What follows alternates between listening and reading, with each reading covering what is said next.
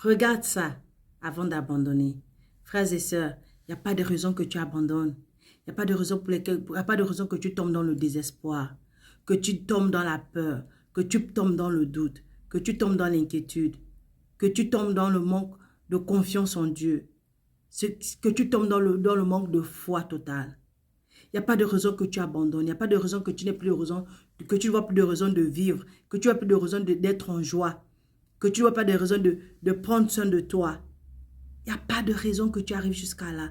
Ne laisse pas le désespoir prendre le dessus. Le désespoir prend le dessus lorsque tu donnes ton cœur au passé. Tu passes ton temps à passer au passé, à penser à ceux qui t'ont fait du mal, à penser aux situations dans ta vie, à penser aux difficultés, à penser aux problèmes auxquels tu fais face, à penser à toutes ces choses-là qui sont en train de traverser dans ta vie. Tu n'as pas besoin de ça. Cela ne va créer que le désespoir dans ta vie et tu n'as pas besoin de désespoir. Jusqu'à présent, tu ne t'es pas encore abonné, frères et sœurs. S'il te plaît, abonne-toi pour qu'on puisse grandir et se fortifier ensemble. Et n'oublie pas la cloche de notification sur YouTube. En fait, tu tombes dans le désespoir lorsque tu n'arrives plus à voir le bout du tunnel. Tu n'arrives plus à voir la sortie de ce problème. Tu n'arrives plus à voir la solution. Tu n'arrives plus à voir la solution à tes problèmes, à ta stérilité, à ton chômage, à ton célibat, à ta stagnation. Tout ça, là, ce sont des problèmes. Je sais que c'est difficile. Je sais que tu as déjà tout essayé. Je sais que tu as déjà tout fait pour sortir de ce problème et ça n'a pas encore réussi. Aujourd'hui, je viens te dire que ça va changer. Et puis, ne regarde pas les gens pour te dire, oui, en fait, toi, pour toi, c'est différent. Toi, tu n'as pas de problème, ça cause ça. Non, non. Tout le monde a un problème. Nous, enfants de Dieu, chacun de nous a un problème. Chacun de nous porte une croix. Maintenant, le problème, c'est quoi? C'est maintenant savoir comment faire face à cette croix-là. Tu laisses cette croix-là t'écraser ou toi, tu écrases cette croix? Tu laisses cette croix-là te dépasser ou tu la portes jusqu'à l'endroit où tu dois la clouer? Parce qu'on monte, on descend, tu es plus que vainqueur. Et c'est ça la bonne nouvelle. La bonne nouvelle, c'est qu'en dépit de toutes les manœuvres de l'ennemi, Dieu nous fait toujours triompher. Peu importe les plans démoniaques de l'ennemi et de tous ses acolytes, les satanistes, les rosicruciens, les francs-maçons, tous ces mondes-là qui sont dans le monde des ténèbres, qui font du mal aux gens, peu importe leur projet, ça ne peut pas réussir. Pourquoi? Parce que pour nous, Dieu a des projets de paix et de bonheur. Dieu a des projets de paix et de bonheur pour nous. Projets qui sont débarrassés de tout malheur, afin de nous donner de l'avenir et de l'espérance. Donc, d'autres personnes sont tentées par des fausses prophéties, faites par des faux prophètes, de malheur, d'autres par des paroles de malédiction prononcées par un oncle ou par un membre de la famille ou même par ta propre mère ou par ton propre père. À cause des souffrances, certains chrétiens vont jusqu'à envier les méchants, ceux qui font le mal. D'autres commencent même à mener une double vie, un pied dedans et un pied dehors, parce qu'on n'en peut plus, parce qu'on veut une réponse rapide, parce qu'on veut que le problème là finisse vite, parce qu'on ne peut plus attendre Dieu, parce qu'on pense que le temps de Dieu là, ça dure longtemps avant de venir.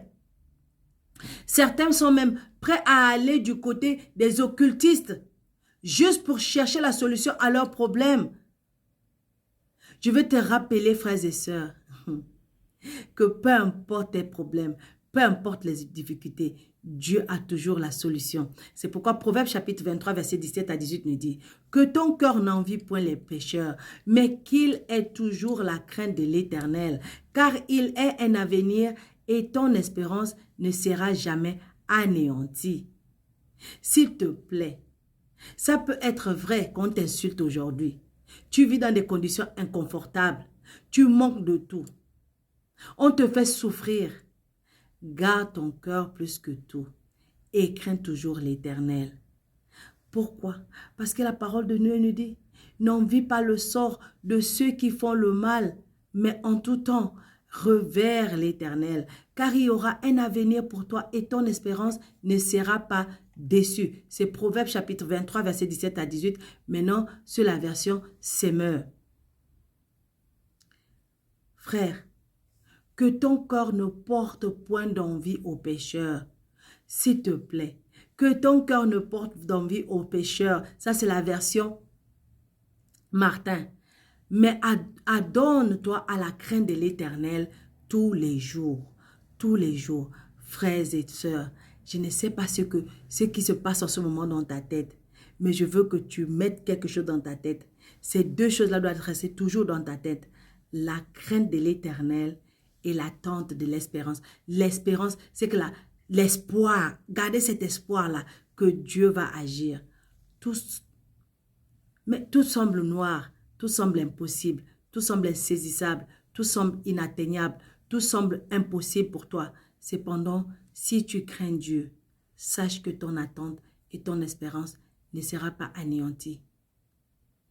Peu importe le problème que tu traverses aujourd'hui, je viens te dire que Dieu agit toujours. Maintenant, je vais te demander de faire comme dans Lamentation chapitre 3, à partir du verset 21. Voici ce que je veux repasser en mon cœur. Ce qui me donnera de l'espérance, ce qui me donnera de l'espoir. Les bontés de l'Éternel ne sont pas épuisées. Ses compassions ne sont pas à leur terme. Elles se renouvellent chaque matin. Oh, que ta fidélité est grande. L'Éternel est mon partage, dit mon âme. C'est pourquoi je veux espérer en lui. L'Éternel a de la bonté pour qui espère en lui. Pour l'âme qui le cherche, il est bon d'attendre en silence le secours de l'Éternel. Alors s'il te plaît, mon frère, ma soeur, attends en silence le secours de l'Éternel. Attends en silence la provision de l'Éternel. Attends en silence la guérison de l'Éternel. Attends en silence ce mariage. Attends en silence cet enfant. Attends en silence tout ce que tu es en train de désirer dans ton cœur que l'Éternel te donne. Lorsque tu as prié, crois que tu as reçu et tu le verras s'accomplir. Et Dieu est fidèle. Il ne te laissera jamais, jamais, jamais, jamais tomber. Alors garde la foi et abonne-toi. Shalom.